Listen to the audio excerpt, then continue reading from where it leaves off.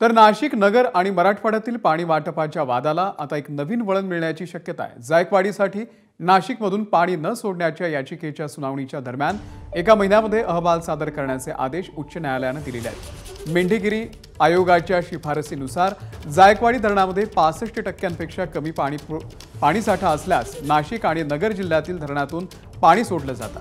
जेव्हा पाणी सोडण्याची वेळ येते तेव्हा नाशिक मराठवाडा असा वाद उद्भवतो। या वादातूनच नाशिकच्या आमदार देवयानी फरांदे यांनी उच्च न्यायालयामध्ये याचिका सादर केलेली आहे। या प्रकरणाची पुढची सुनावणी आता 21 ऑक्टोबरला होणार आहे। या संदर्भात आमदार देवयानी फरांदे यांच्याशी संवाद साधलाय मुकुल कुलकर्णी यांनी।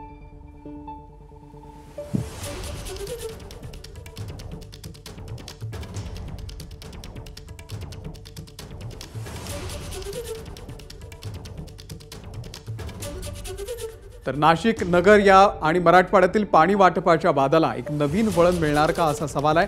जायकवाडीसाठी नाशिकमधून पाणी न सोडण्याची याचिकेवरती अहवाल देण्याचे आदेश देण्यात आलेले आहेत। एबीपी माझा, उघडा डोळे बघा नीट।